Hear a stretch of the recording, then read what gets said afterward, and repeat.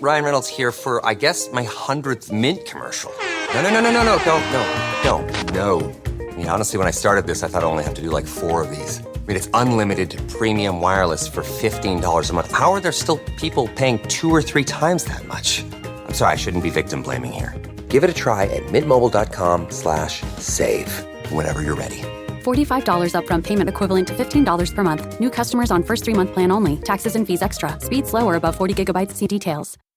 How would you like a 15% discount to my daily email, the stack of stuff, the show notes, discounts to the conference, all of that? All you need to do is text the word show to 33777. You'll get the annual subscription with a 15% discount to my daily email. You'll get the stack of stuff, the links to the show notes, discounts to the conference, and so much more. All you have to do is text the word show, SHOW, to 33777. Text show to 33777.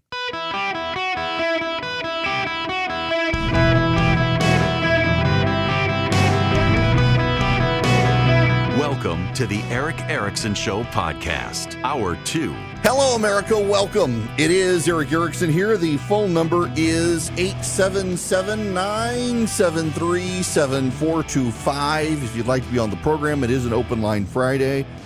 As always, if you will text Eric, E-R-I-C-K, to 33777, click that first link, you can get the show notes. And I hope you will actually read today's morning piece that the government will not save you, because I think we need to be reminded of that, you know, FEMA is not a first responder agency. And a lot of people are complaining about its slow response. It's not a first responder. Is it incompetent? Yes. Is it arrogant? Yes. Is it a first responder? No. Also, I want to nip something in the bud real quick. A lot of DeSantis supporters believe that because Ron DeSantis took the National Guard and put them in charge of Florida ports, that forced the dock workers to settle their strike.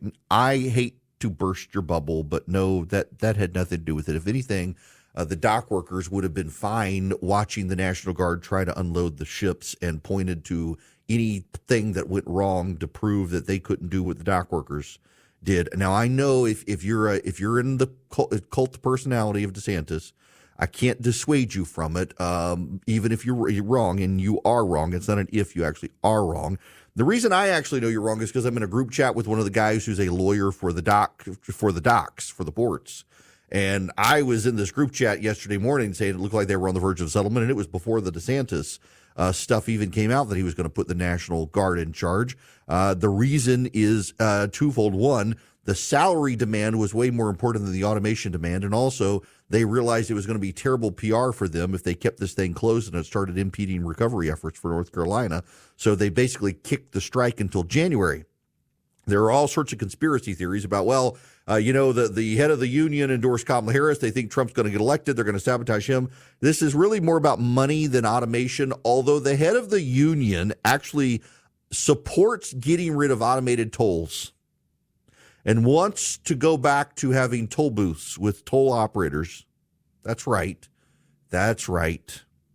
You know how you have your quick pass? Like I've got a little RFID or whatever chip with a barcode on my car. So when I get on the toll lane in Georgia, I just zip right through. There is no toll booth. To ride that toll lane in Georgia, you have to have that little barcode. There are no toll operators.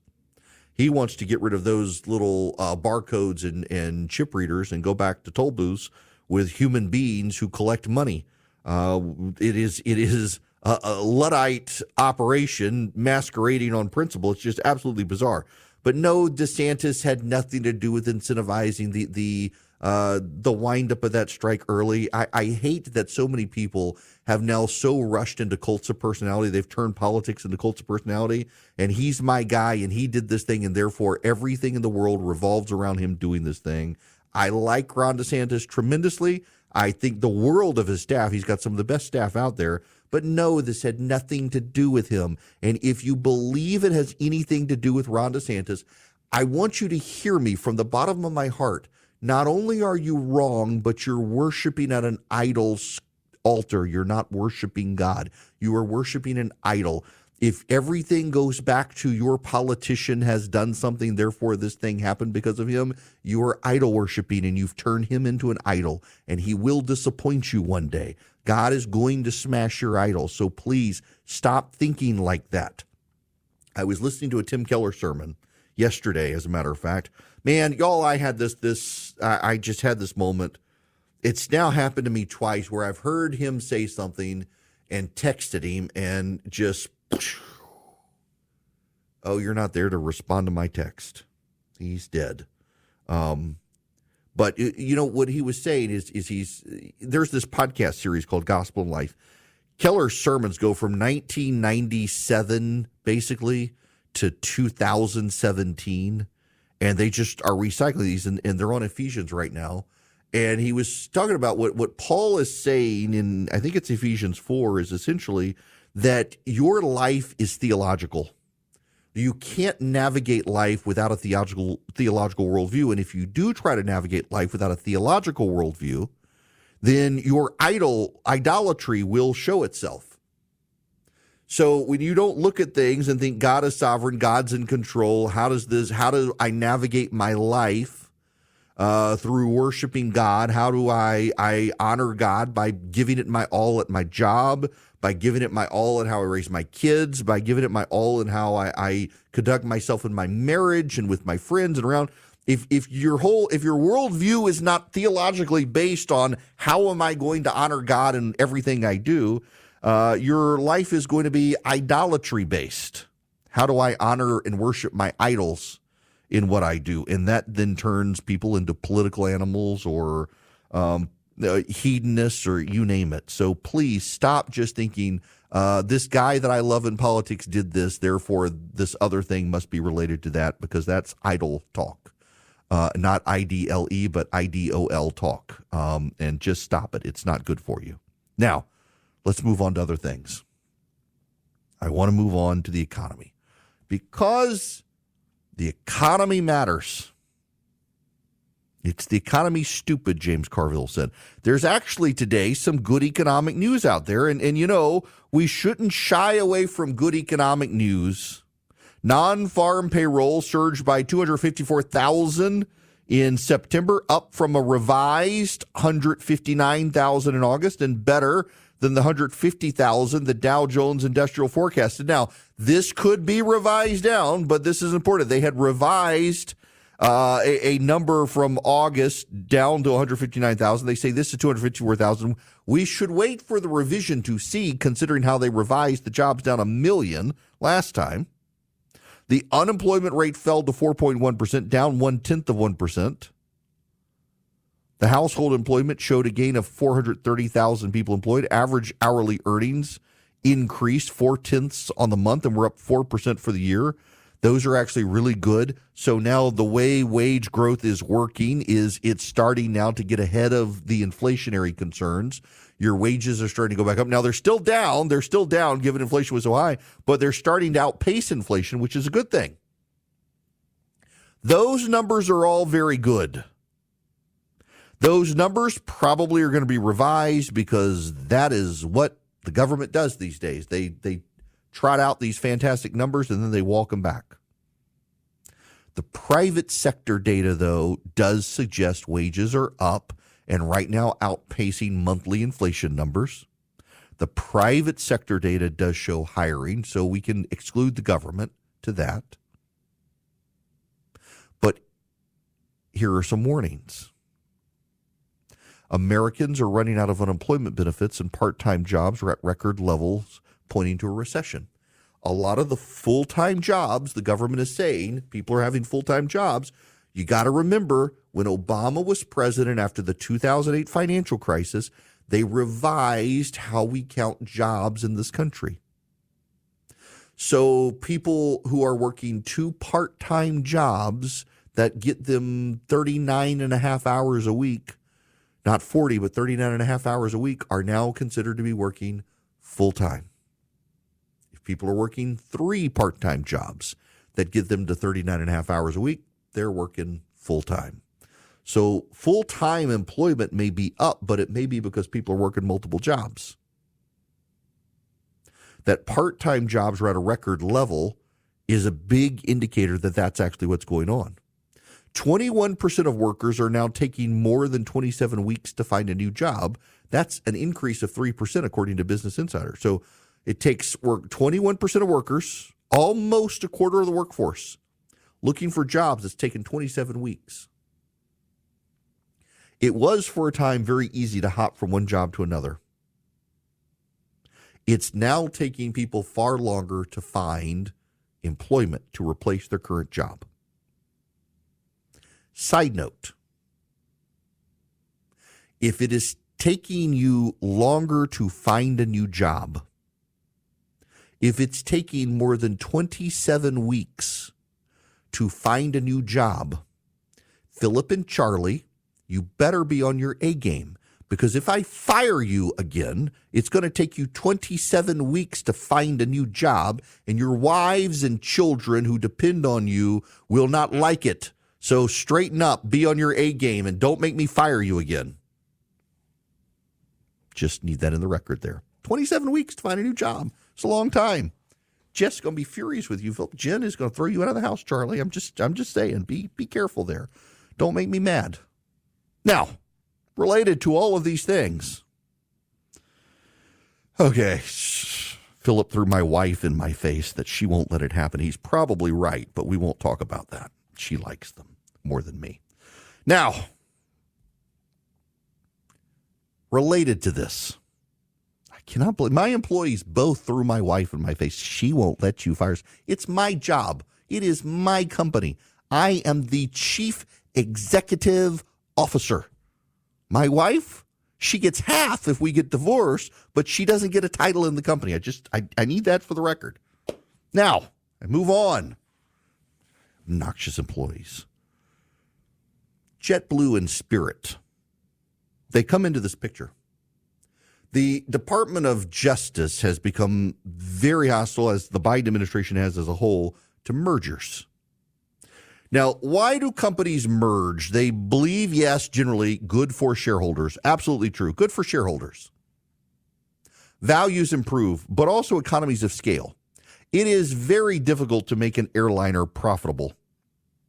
George Will had a very famous line a number of years ago, shortly after 9/11 and all the government subsidies for airlines after they shut them out of the sky, that from the time Wilbur and Orville took off from Kitty Hawk until those planes flew into the World Trade Center on 9/11, the total aggregate profit of the American airline industry was about 5 cents.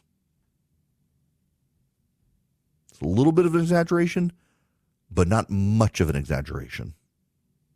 The airline industry is notoriously unprofitable. Just think about it. You are getting these two aluminum or composite tubes filled with kerosene and people into the air and back safely on the ground, and all the luggage and everything else. And there's only so much you can charge because people only have so much money.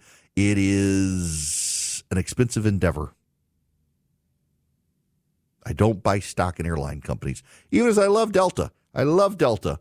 Someone tell Ed I'm talking about Delta again, because I do love. I try my hardest to ever avoid flying American Airlines. I do not like American. I'll fly United if I have to. But look, I'm in Atlanta. I like Delta. I'm not a big Southwest has this massive cult following of people. They're all from Texas. I've never been, when it was AirTran, look, I'd fly AirTran. Why? Because they had first class. And you could upgrade really cheap if you showed up at the gate and you wanted to pay like $25 extra and there was room, you get into first class. This whole Southwest, I mean, it's like sitting with green chat bubbles. Why? But nonetheless, it's not a profitable endeavor. So JetBlue and Spirit were going to merge. Economies of scale, efficiencies, expanded routes. You're buying the fuel in bulk. It brings down the overall price. And the Biden administration said, no, sirree, Bob, you cannot merge. It would restrict consumer options. If you were to merge, you could drive up prices and restrict the options of consumers. You know what else restricts the options of consumers and drives up prices? Bankruptcy. Spirit Airlines, according to the Wall Street Journal, exploring bankruptcy. possible restructuring, because since they were not allowed to merge with JetBlue, they have financial difficulties. The market value of Spirit Airlines has plunged. They've struggled with losses and declining revenue. You can only run a budget airline at a certain low budget, and they have low budgeted it as much as they possibly can, and they can't make ends meet. They weren't allowed to merge, so they're going to go out of business, if not restructure, and people are going to go unemployed, all because the Biden administration decided that the government bureaucrats knew better than the people in the private sector what to do. A reminder, it's not maliciousness. It's interpreted as maliciousness. It's arrogance plus incompetence equals the government, which equals the appearance of maliciousness. It's not malicious. They're just too arrogant to realize they're too stupid to second guess the aviation industry. They've done it. And now people are going to lose their jobs. Blinds.com's Cyber Monday Last Chance is happening now. Don't miss out on up to 45% off site-wide. A Blinds.com design expert can help you make the perfect selection on your schedule. We can handle everything from measure to your whole home installed for one low cost. With over 25 million windows covered, Blinds.com is the #1 online retailer of custom window coverings. Save up to 45% site-wide, plus a free professional measure right now at Blinds.com. Rules and restrictions may apply. Welcome. It's Eric Erickson here. I want to jump on the phones here and take Karen's phone call, getting a lot of these sorts of questions. So, Karen, welcome to the show. How are you? Hi, Eric. Thank you so much. Love your program. Love your political insights.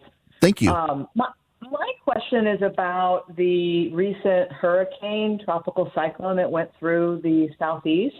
Mm-hmm. Do you think, just with all the destruction and all the situations, that's going to impact voter turnout? And if so, do you think that will advantage either the Republicans or advantage the Democrats? Oh, that's a great question. Let's take them by the two big states that are swinging. In Georgia, I don't think that it's going to impact either side, really. The state level competence has been so great. Kemp and Trump are actually going to be on the ground together in Evans, Georgia, tying up traffic today in that disaster area. Georgia has not gotten the coverage as North Carolina because the water issues have not been as bad with flooding disaster. But I don't think there's going to be a huge impact there. In North Carolina, it could be a major impact, not by designs of the Democrats to stop people from voting, but because the disaster is that bad. I get it. Just as a side note, and Karen, if you'll keep listening to me, I'll keep explaining this. But as a side note, a buddy of mine sent me a note. I didn't mention it on air yesterday because it was secondhand. It's now been reported. A sheriff in West North Carolina, they found the bodies of 2 dead toddlers that had not been reported missing, which means their parents are dead and haven't been found. The death toll of this hurricane is going to continue to go up, and that is going to impact turnout. They have enough time to get polling locations open. If the government screws up, though, suburban North Carolina voters have a habit of voting against government incompetence, and that could turn out to help Trump. I'll spend more time on this afterwards, but first let me talk about Eden Pure. In the Eden Pure thunderstorm, you can get 3 of them. You can save $200. You can get them for less than $200. A buddy of mine, actually, who works at WSB, came in to the studio yesterday off air, and he says, I got a question for you about the Eden Pure. He says, I got water under my house in the crawl space, and it's gotten this really musty smell. Will it work? Yes. And I know it will work because I've had that situation in our old house. We had water got into the ceiling, and it mildewed, molded, and it stunk. Eden Pure Thunderstorm wiped out the odor. Smoke odors, litter box odors, musty odors, you name it, it works. You can get 3 of them for less than $200. Save $200 at EdenPureDeals.com. The discount code is ERIC3, ERICK3 at EdenPureDeals.com. And it really does work. It also cleans the air. It traps the pollen, it traps the dust. It eliminates odors. EdenPureDeals.com. The discount code is ERIC3, ERICK3 at EdenPureDeals.com. Hello and welcome. It is Eric Erickson here across the nation. Let me just play you a portion of this clip real quick. Debuted on Morning Joe, I guess. It's got all the media in a tizzy. Just listen to a minute. Hi, I'm Bruce Springsteen. Friends, fans, and the press have asked me who I'm supporting in this most important of elections. And with full knowledge that my opinions no more or less important than those of any of my fellow citizens, here's my answer. I'm supporting Kamala Harris for president and Tim Walz for vice president. First of all, so they get Megan Rapinoe to dress up in a flannel shirt and go to a diner and pretend to be Bruce Springsteen. And we're supposed to care what Bruce Springsteen thinks. An exceedingly wealthy man who we already know is a Democrat, we already know is not going to support Donald Trump, but he wears his flannel so he can be man of the people, goes to a diner to be man of the people away from his very expensive home and security detail and private plane, so that he can tell you as a pretend man of the people that he's going to vote for the people we already knew he was going to vote for, and the media thinks it's just the biggest news of the day. Who cares? My buddy Scott Jennings, God bless Scott, he was on CNN and responded to this. Couple of things. A, I can't think of anything I care about less than some moron celebrity. B, we got Hulk Hogan, and that's all I need. Okay, you call him moron celebrity. He's performed 80 concerts in Pennsylvania. He's not like some out-of-touch LA celebrity. I don't care. Right? I legitimately don't care, because Joe Biden and Kamala Harris ran the country into the ground. I want directionally a center-right government, and I don't give a crap what some celebrity thinks about it who's got hundreds of millions of dollars. He's not affected by their policies. But working people in Kentucky do care about it, and that's where I live, and that's who I represent. Amen. I don't care about Hulk Hogan. Y'all, I do not care about celebrity endorsements. I simply do not care about a celebrity endorsement. I don't care about Chris Rock. I don't care about Hulk Hogan. I don't care about Russell Brand. I don't care about Taylor Swift. I don't care about George Clooney. I don't care about Bruce Springsteen. I just simply, I don't care. But there's a tie in here. And it is that a lot of people do. Let's go back to the Ron DeSantis dock worker thing. DeSantis deserves a lot of praise for sending the National Guard out to take over the docks and run the ports with the strike. Good for him. That was real leadership, to find a way around a strike that could negatively impact a relief effort. But some DeSantis supporters decided to say, but that means that DeSantis is the reason for the dock workers calling off the strike. They've confused correlation and causation because they are worshiping political idols and their worldview is political. So 95, 98, 99% of America did not hear that DeSantis was doing this in Florida, and then hear that a strike that affects every port in the United States east of the Mississippi, east of the Rockies, that somehow that all the strikes at all those ports went away because of Ron DeSantis. But Ron DeSantis hardcore supporters did because of their idol worship. The media plays up the celebrity endorsements of Taylor Swift and Bruce Springsteen and Beyonce. Remember all the excitement that she was going to be the special guest? The Democrats played it all up. Rumor was there was going to be this big special guest. They presumed it had to be Beyonce. Everybody on CNN was so excited that they just couldn't wait. MSNBC was twittering there was no special guest at all. They all thought it was Beyonce until Beyonce's agent released a statement, says not going to be her. They're like, who's it going to be? It's got to be a big celebrity. Remember, and it was the members of the media that were playing this up. The members of the media were so excited. It's going to be a cool celebrity because they're worshiping idols. The cult of celebrity. We have so many worldviews today that involve pleasure and celebrity. In fact, there's a Newsbusters highlighted this. The CBS this morning doing a series on religion. You know who they decide to interview rather? A trans man, which means a woman,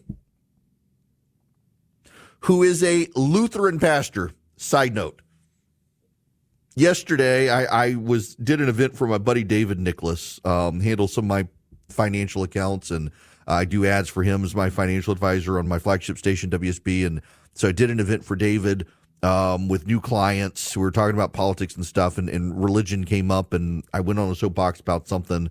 But I was laughing about Tim Walz being identifies as Lutheran, not as a Christian, but as a Lutheran. Yesterday, it was a very funny line. I have to give it to him. It's very typically Lutheran. They're in the Evangelical Lutheran Church, which is pretty progressive. The Missouri Synod is conservative. The Evangelical Lutheran Church is very liberal, gay marriage, stuff like that these days. And that's the ELC one is therein. So a reporter yells at Tim Walz. He and his wife are in the line at a restaurant, like a self-serve buffet-style restaurant. Say, will you tell us more about your religion? And Walz, without missing a beat, says, my wife and I are Lutherans, so we don't talk about religion. It made me laugh. It was a very good line. This is a Lutheran minister. Listen to this on CBS this morning. There are a lot of people who say that, according to the Bible, God made man and woman, and that couldn't be more clearly defined. How do you respond to them? It's hard to relate it to modern day times because it wasn't written for 2024, it was written for then. When we read in the scripture that God created man and woman, yes, and God created everyone else as well. God created everyone else as well. No. Here's the thing everybody misses. There are things in Scripture that apply to specific churches or specific people or specific places, but the broad outline of Scripture, and, for example, Genesis 1, applies to all of us. And we're supposed to conform to Scripture. Scripture's not to conform to us. I mean, take the role of men and women. This is one of the things I was trying to text Tim Keller about this morning, his sermon on marriage. And he actually does a very good job of embracing complementarianism, that men and women, they're not the same. And God says ultimately that man is supposed to be the head of the household. You may not like that, but there are reasons why God says that, and we're supposed to conform to that. And that doesn't mean that men get to be abusive and things like that. In fact, it's actually tells men you got to put your wife first and be sacrificial in your love to her. You got to lay down your life for your wife. She doesn't have to lay down her life for her. You got to lay down your life for your wife. But people want to conform themselves to the present as opposed to be bound by ancient words. People are trying to find their place. And one of the things that, whether it's the mental health discussion from the other day or what have you, people are trying to find themselves. And if they're not guided by their theology, they're going to create a theology. Now, I get told regularly by the program directors of America, don't get preachy, be careful of talking faith. Let me just, though, talk to you in some general parameters here. Every single person has a worldview. Let's just say that conservative Christians are right, or even if they're not. Let's say, because, there's this big debate over Genesis. Did Moses write it, or was it written by Jews in exile? We know it's been around for thousands and thousands of years. Like, it predates Christ. Like, we know that the Jews went into exile. We know the history. We know they were in the Persian Empire. We know they began to return home. All of that happening BC, happened before the Roman Empire, happened before the birth of Christ. All of that. We know Genesis has been around for a long time. Progressives believe that Genesis was probably written over time and refined during the exilic period. Conservatives believe Moses wrote it. Either way, this stands out to me. whether it was the Jews in exile or Moses, but I say Moses. This is a prince of Egypt who's writing, who grew up with the worldview of a polytheistic religion where Ra excretes, pleasures himself, and with the emissions there, all the stars in the sky are basically his, emissions, and they're all gods. Every star in the sky is a god. Everything is a god. And if you say, okay, no, actually, this was the Persian Empire, well, the Persians were polytheistic as well. Persians had a pantheon of gods. And here's someone writing, actually, Moses, saying, actually, the stars in the sky are just objects. The moon and the sun, they're not to be worshipped. They're just objects in the sky. Thousands of years ago, when every religion on the planet believed that the sun and the moon were gods, as were the stars, the Jews were the only people on planet Earth at the time of any credibility or note. There were a few monotheists, but they were very rare, and they tended to belong to certain personality cults. And here come the Jews, not a personality cult, but a religion with an entire book of laws and stories. And they're like, no, those are objects in the sky. We're not supposed to worship them. There's just God. They had a theological worldview. Everybody had a theological worldview. You may be an atheist, but in your atheism, you have a theological worldview. Your atheism is your anti-God, but you're not anti-theology. You have a theology, and the theology is you are your God. The world revolves around you in some capacity, and there is no afterlife in your worldview. You rot and the worms eat you, but it's still a theology. It's still a theologically based worldview. You may not like the terminology, but it is. And what we're seeing today is so many people have never had to push themselves and to try to figure out what their worldview is. And in fact, we have an entire culture that tells us, parents, don't give your children a worldview. They're supposed to find it for themselves. I don't want my child finding a worldview for themselves. I intend to impose my worldview on my children. And if they deviate from it when they're adults, that's fine. But I intend to bind them to my worldview as a child because it's called good parenting. Letting a 5-year-old decide he's going to decide whether he's a boy or a girl is child abuse as so much as it is as a parent imposing their screwed up worldview on the child. We've all got a worldview. And so many people are abandoning a God-centered worldview for a political-centered worldview. And that's actually causing a lot of the conversational discord we have in life today. I'll tell you a basic brazen fact. Said this last night. I've said it to y'all. I've had more than one serious, committed pro-life activist tell me that they would rather spend time with Nancy Pelosi in Washington, D.C. than many of the Republicans in Congress.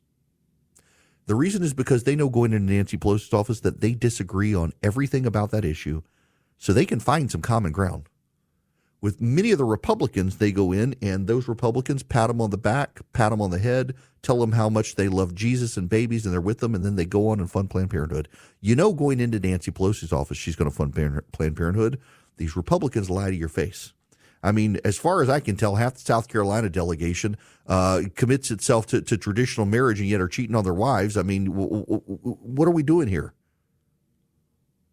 What are we doing here? I mean, there are a great number of Republican members of Congress who claim to be committed to traditional values who can't keep their pants up because they themselves have embraced a worldview that is not the theological worldview they claim to subscribe to. It's one of idols, and their idols are, among other things, pleasure. And we as a people are headed in a direction where either we get our head right with our worldview or this cult of personality is only going to get worse. It's going to get back to the pre-pagan times where the Romans themselves were a cult of personality revolving around an emperor. You know why did you know the Romans believed the Christians were actually atheists? Because the Christians worshiped a living God and the Romans believed that you had to be dead to be a god. So the Roman cult of personality, once the emperor died, he became their god. And they said, you Christians, y'all are nuts. If your guy's alive, he can't be a god. Therefore, you're an atheist, and we're going to kill you. As much as the world changes, it stays the same. All right, we can move on to other things now. I've got that off my chest. But first, I need to tell you about my bank, Old Glory Bank. So, actually, side note, real story here for you. Some friends of mine, and I don't know that I should say the name. I don't know they won't, but there's a major gun venue operation business up north of Atlanta, Georgia. They got a couple outlets. They sell a lot of guns, and they're wonderful people. And their regional bank sent them a note and said, "Here's a certified check of all the money in your bank account. We're not doing business with you anymore." They had no right to appeal, no nothing. It was very clear that it was because they sell guns and run a gun range. And then a national bank has had qualms working with them. So I sent them to Old Glory Bank, oldglorybank.com. And I think they're going to have a great relationship. They're not going to get canceled because of their business, because they sell guns and run a gun range, because Old Glory Bank is by conservatives for conservatives. They're not going to get their bank account canceled. You and I won't either. That's why you should use Old Glory Bank. Support a conservative business that supports you. And it's, by the way, a great bank. It literally is my bank. I have a checking account. I have a savings account with them. I've even invested in the bank. I like them so much. Oldglorybank.com. Oldglorybank.com. You can even get your kids one. It's a great online bank. You can even deposit cash. I enjoy them. You will too. Oldglorybank.com. Member FDIC, equal housing lender. Terms and conditions apply. Hello, welcome. It is Eric Erickson here this fine open line Friday. The phone number is 877-973-7425. I just, okay. There's no one on hold, so no one's going to take this personally. So I'm going to share something with you. Don't get mad at me, Charlie. You can't fire me either. I mean, I can fire you eventually, but nonetheless. We have people sometimes who they call in, and they're clearly not a good fit to be on the program, either their topic or their audio quality or something. They're very insistent. Sometimes they're just plain crazy, but there's a variety of reasons. And the call screener gets tired of them just calling back and arguing that they have a right to be on the program. The other day, somebody sat on hold 2 hours and 50 minutes. This program runs for 3 hours, and they sat on hold for 2 hours and 50 minutes. They did not hang up in the last few minutes of the program. They called in 10 minutes after the program started, and it sat on hold until the bitter. I'm for like, dude, at some point, and this is kind of the big indicator that, yeah, you're probably someone who doesn't need to be on air. And I marveled with that. Now, the problem is that people are all of a sudden calling because they realize the phone lines are. I'm trying to cut down on the number of lines in the program, but it's just, y'all, if you call and you don't take it personally, with the exception of Fridays, I have certain topics I want to cover. You don't know what those topics are unless you subscribe to the show notes. And the reality is that if it's on a topic I'm not talking about, I'm not going to get it. And if your call quality isn't great or your point isn't refined or things, don't take it personally. We do have standards as a show. We enjoy you listening, but not everybody's quite fit to be a caller. And some of the callers haven't quite figured out that maybe they just need to listen to the show. Don't be insulted by that. Tough love sometimes. When we come back, we got to talk about the Hispanic problem for Kamala Harris and another problem, why she may lose.